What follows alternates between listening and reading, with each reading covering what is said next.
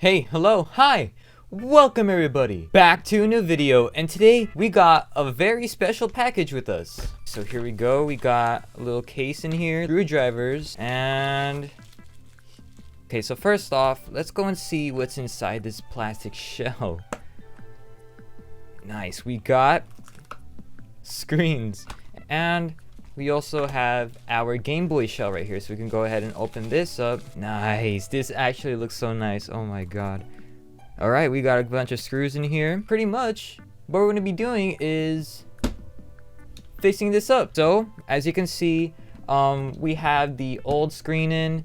We're going to turn it on. If I go ahead and turn off this light I have, you won't be able to see anything. And you're gonna have to pretty much play with the light whenever you want to play it. So honestly, this is probably one of the worst screens you could ever have on a Game Boy.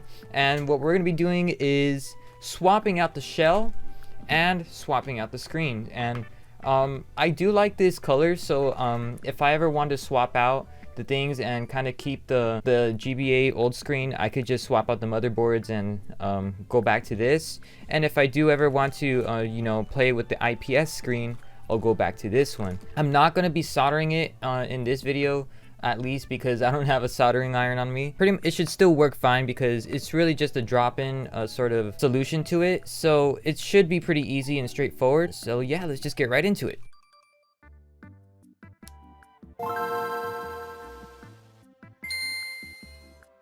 I didn't actually get this from one of those funny playing or sort of official websites like Handheld Legends or something like that. I just got it from an eBay shop. Prices do seem to be a bit better on eBay rather than like a Handheld Legend, like I said earlier. It should be the same thing, so we shouldn't have a problem with this. We shouldn't have a problem since this is pre-cut.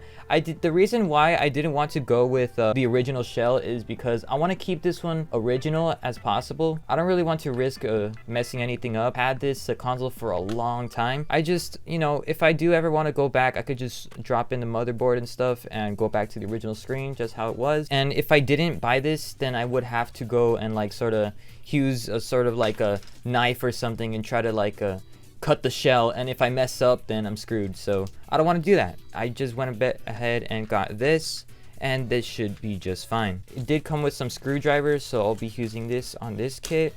This thing is not sponsored. I've been really wanting this for such a long time, and I finally was able to get my hands on this. So yeah, I'm just so excited about this mod, dude. I don't know, I've been wanting this for a while. Just go ahead and take all of those out. And now all you just really need to do is take out the motherboard with about like 2 or 3 screws right here. I'm just gonna go ahead and carefully take out this ribbon cable up here. This out. Okay, and I'm pretty sure this is it. So we could go ahead and take this out. Put the old shell to the side. Okay, so now we can go ahead and do is put the new screen in. So I think we should go ahead and put this here. So here's the new screen. It's IPS screen. Go ahead and carefully take this out. Okay, so there's some adhesive parts on this.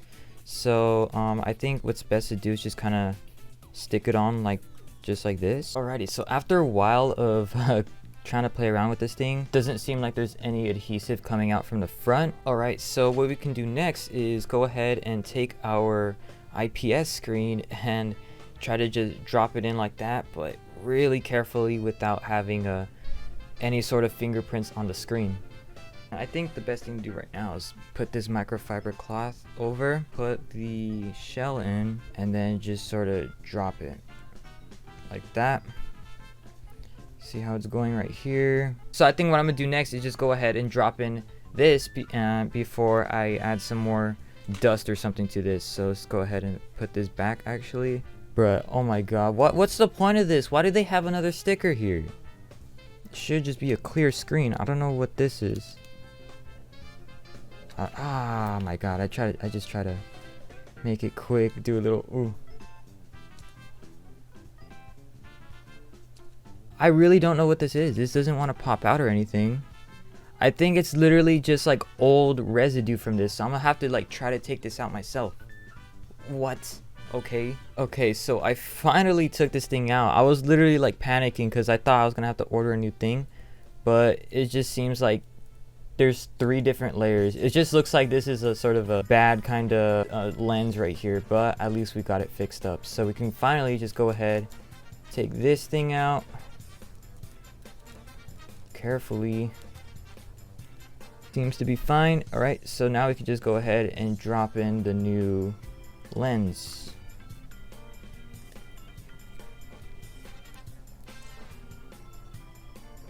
Okay, there we go. Kind of just push it in place like that. Okay, so here is the little cable that came with it. So basically what we have to do is just sort of put this to this connector, and here's some soldering joints that I would have to use these wires for, but I won't be doing that. Should be fine anyways, so we can go ahead and just sort of put this in. Okay, so it looks like I just need to connect this to here first, and then what I can go ahead and do next is I think I have a 32 pin GBA, so yeah, I have to bend this down first, bend this up, and then have it bend down like that. All right, so I went ahead and put on all the padding on, and then what I'm gonna go ahead and do next is actually just go ahead and try to put this on. Okay, so I added in some electrical tape to try not to short the things out, and we can go ahead and just drop it in like that. Okay, so we can go ahead and just put back our power switch, put the connector in. Right, just like that. Push these 2 down. And then we can go ahead and just add in our screws right here. Okay, so here we go. I added the screws back in, and I'm gonna start adding in a bit more of the plastic bits in. And then all we need to do next is just put in the shell, the back plate, and then we'll just try it out from there. Alrighty, so there we go. I put on all the screws, and then I also added the sticker already, put our batteries in, put our cover. We can just go ahead and put on the game, and then here is the moment of truth. And there we go. We could see that the screen is so much more brighter. We can actually see what we're doing on our game. And if we can just go ahead and launch up a game and see how bright the colors look, we can just go ahead and press start. I'm gonna go ahead and load up a pole position since that's the game with the most colors.